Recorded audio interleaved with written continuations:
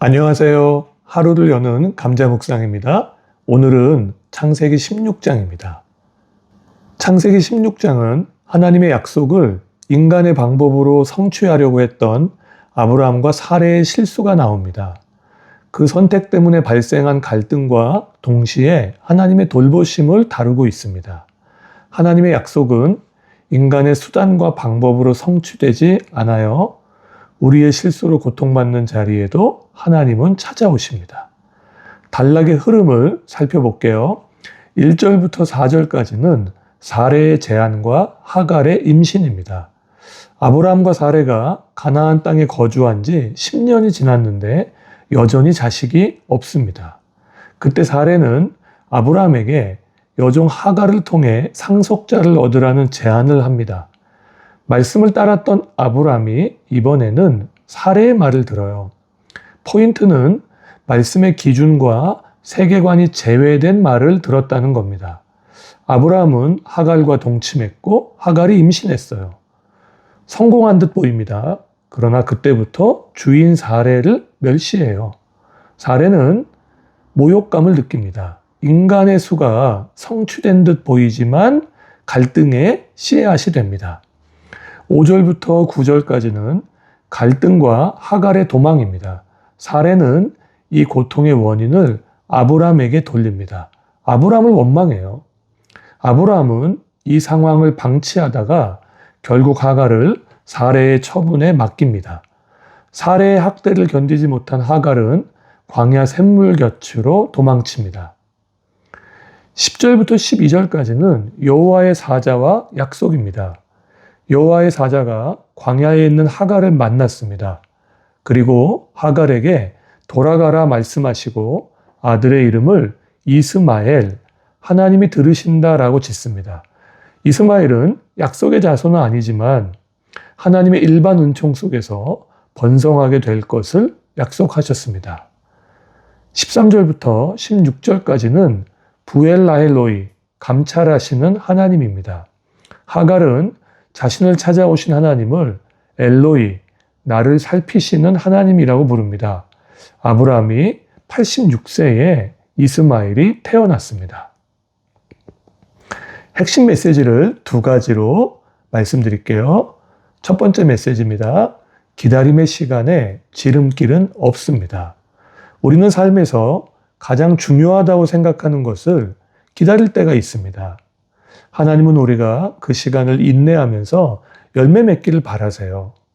우리가 그 자리를 떠나지 않고 머물러 서서 하나님을 신뢰하려고 한다면 열매를 주십니다. 기다림의 시간은 묘수가 없어요. 버티는 겁니다. 버티는 것이 믿음입니다. 지금 무엇을 기다리지 못하고 계신가요? 하나님의 약속은 반드시 하나님이 정하신 때에 하나님의 방법으로 이루어집니다. 하나님의 뜻을 아는 것만큼 그분의 방식대로 사는 것도 중요해요. 인간의 조급함으로 만든 이스마엘은 결국 가정과 역사에 큰 아픔이 되었습니다. 아브라함 시대에는 주인이 자녀를 갖지 못하면 종을 통해 자녀를 얻는 것도 하나의 대안 및 문화였어요. 그러나 하나님께서 약속을 이루시는 방식은 아니었습니다.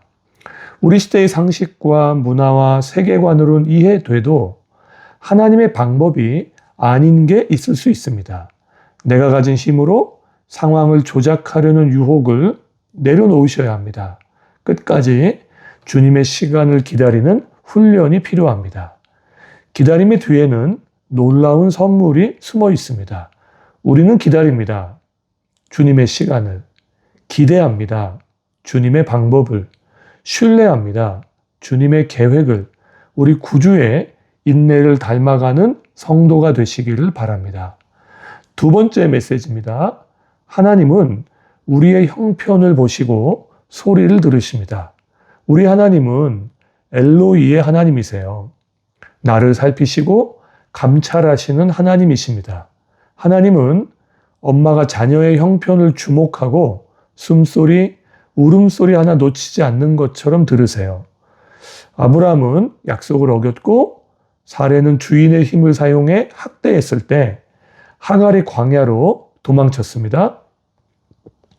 너무 막막하고 아무도 도울 사람이 없었을 거예요. 그때 여호와의 사자가 찾아가셔서 하갈을 살피십니다. 여호와의 사자는 성육신하기 전에 구약시대에 활동하셨던 예수님이세요. 예수님은 사람의 시간과 방법이 아니라 하나님의 시간에 하나님의 방법으로 이 땅에 오신 임마누엘 하나님이십니다. 우리 주님은 연약한 자들의 인생을 살피세요. 긍휼을 잊지 않으십니다. 하나님은 하갈의 울음과 아픔의 소리를 들으셨습니다. 하나님은 성도의 기도를 반드시 들으십니다.